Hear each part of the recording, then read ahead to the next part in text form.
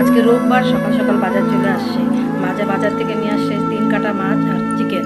3 কাটা মাছ হলো, মাছগুলো এত সুন্দর ছিল দেখতে, আর পেট ভর্তি ডিম ছিল একদম। তোমাদের দাদার জন্য ছোটো মাছ নিয়ে আসে, তোমাদের দাদা 3 কাটা মাছ খেতে খুব পছন্দ করে। আর ছেলের জন্য চিকেন নিয়ে আসে। এখানে মাছ কেটে ধুয়ে পরিষ্কার করে রেখেছি, চিকেনও ধোয়া হয়ে গেছে, ধুয়ে একটু লেবু মেখে রেখে দিয়েছি। তা ছেলে রাত্রে বললো যে আজকে পেঁয়াজের খিচুড়ি খাবে, রাত্রে বলে রেখেছি। সকালবেলা উঠে তোমাদের দাদার রুটি তরকারি করে দিয়েছি, দাদা খেয়ে চলে গেছে।